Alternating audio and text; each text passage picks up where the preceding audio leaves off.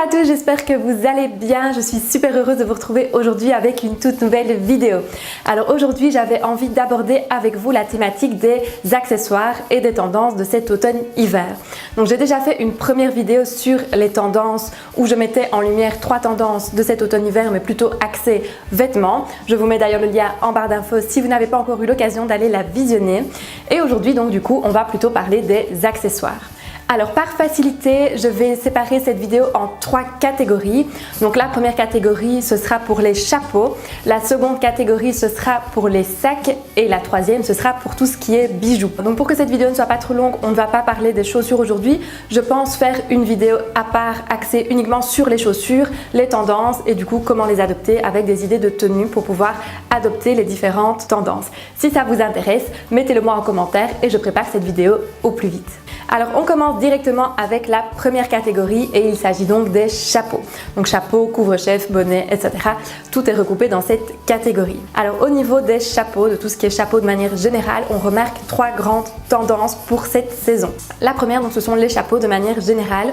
Donc les chapeaux sont déjà tendance depuis maintenant plusieurs saisons et ils restent encore sur le devant de la scène même pour cet automne-hiver. Donc ce n'est pas une nouvelle tendance de cet automne-hiver, mais ça reste toujours très actuel et très tendance. Alors personnellement, je trouve que le chapeau apporte vraiment une petite touche en plus à la tenue, d'autant plus qu'en hiver, parfois c'est un petit peu compliqué d'avoir du style avec le manteau, l'écharpe, les gants, etc. Et donc du coup, le chapeau, c'est vraiment pour moi un accessoire mode que vous pouvez tout à fait adopter dans la vie de tous les jours et celui-ci va vraiment apporter énormément de style à votre tenue. Alors concernant la couleur des chapeaux, moi je vous conseillerais de rester dans des tons quand même assez basiques. Donc c'est-à-dire le noir, le gris, le camel ou le beige, suivant les tons qui vont s'assortir le plus facilement avec vos manteaux et vos écharpes. Et vous verrez que ces 3 tons s'assortissent d'ailleurs très facilement avec pas mal d'autres couleurs. Donc la deuxième tendance, qui est une tendance un petit peu plus récente, qu'on commence seulement à voir cette saison, c'est la tendance de la casquette Gavroche ou marin.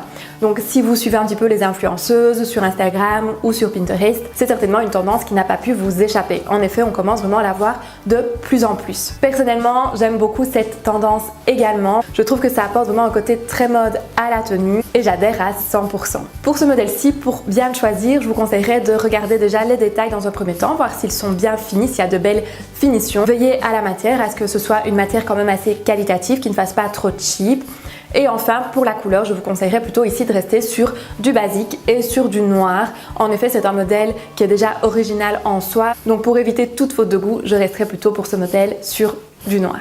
Et enfin, troisième tendance au niveau des chapeaux, c'est le béret. Donc le béret, c'est une toute nouvelle tendance de cette saison également. On commence à en voir également, mais encore un petit peu moins que la casquette Gavroche ou casquette marin. Donc c'est vraiment tout récent et on va certainement en voir d'ailleurs de plus en plus à mon avis cet hiver. Donc pour le béret, on peut se permettre un petit peu plus d'originalité. On en voit notamment par exemple avec des perles ou encore avec des œillets. Sachez également que ces 2 détails sont très à la mode, sont très tendance pour cette saison. Donc c'est-à-dire que tout ce qui est œillets, perles, vous allez le retrouver sur les sacs, sur les jeans, sur les chaussures, sur les pulls, etc. Et donc c'est vraiment 2 tendances également très fortes pour cette saison. Et pour la couleur, concernant le béret, là je vous conseillerais soit du noir, du gris ou encore du rouge pour apporter la petite touche de couleur. Alors la deuxième catégorie, il s'agit donc des sacs. Donc pour les sacs, de nouveau, il y a 3 catégories de tendances. La première tendance, c'est la tendance méga sac type sac de course. Donc on l'a vu notamment sur les défilés cette saison avec par exemple le fameux sac Balenciaga bleu qui rappelait très fort le sac Ikea pour ne pas le citer. Et on a vu cette tendance sur différents défilés également. Alors cette tendance, personnellement, je trouve qu'elle est assez difficile à mettre en pratique. Je vous en parle parce que c'est une tendance actuelle qu'on l'a vue sur les défilés et donc que c'est une tendance qui existe. Maintenant, je n'ai pas encore vu énormément sur les influenceuses ou dans les inspirations sur Pinterest notamment, etc. Et pour moi, c'est vraiment quelque chose qui est assez difficile à mettre en pratique, d'autant plus que ça ne va pas spécialement à toutes les morphologies. Et il faut dire aussi que se trimballer avec son énorme sac, c'est pas spécialement ce qu'il y a de plus pratique. Mais sachez que cette tendance existe. La seconde tendance, qui risque de ne pas faire l'unanimité non plus, c'est le retour du sac banane. Ici, on met vraiment de côté le souvenir qu'on a du sac banane des années 90, années 2000. Et ici, on va plutôt le porter d'une façon un petit peu plus mode. Donc déjà, on ne le porte plus sur les hanches, mais on le porte plutôt en bandoulière comme ceci. Et on va le choisir bien évidemment dans des matières un petit peu plus qualitatives et dans des coupes un petit peu plus mode. Alors ça, de nouveau, c'est une tendance assez récente, assez nouvelle. Donc je me réjouis de voir un petit peu ce que ça va donner dans les prochaines saisons et de voir un petit peu comment ça va évoluer. Et la troisième tendance au niveau des sacs, ce sont les petits sacs rectangulaire, assez rigide. Donc ici pour ce type de sac, il y en a vraiment pour tous les goûts parce qu'on peut le porter avec de la couleur, avec des motifs, avec des imprimés, avec des textures ou avec des matières un petit peu plus spéciales. Et donc là franchement faites-vous plaisir. Je trouve que c'est une très chouette tendance, très facile à mettre en pratique dans la vie de tous les jours et chacun peut vraiment y trouver son bonheur. Pour jouer la tendance à fond, je vous conseillerais de miser sur des matières comme le velours, dans des couleurs par exemple assez intenses, comme le bordeaux, le bleu canard ou encore le bleu nuit. Là, vous serez vraiment pile dans la tendance du moment. Le velours est d'ailleurs une matière qui est très actuelle pour le moment, sachez-le aussi. Et pour aller avec ces fameux petits sacs rectangulaires, une autre tendance est de pouvoir changer la bandoulière de son sac. Ça va vraiment permettre d'apporter une petite touche d'originalité à ces différents sacs, quitte même à n'en avoir qu'un seul et à pouvoir changer la bandoulière au fur et à mesure de ses tenues et au fur et à mesure de ses humeurs. Ici encore, il y en a pour tous les goûts, donc c'est-à-dire que vous en trouverez avec des perles, avec des clous, avec des imprimés ethniques, des imprimés graphiques, des couleurs, noir et blanc, etc. Donc franchement, vous en aurez vraiment pour absolument tous les styles et tous les goûts. Et je trouve de nouveau que c'est une très chouette tendance parce que ça permet vraiment de pouvoir changer de style avec le même petit sac et donc du coup je trouve que c'est une tendance à adopter. Et la dernière catégorie, ça va être au niveau des bijoux.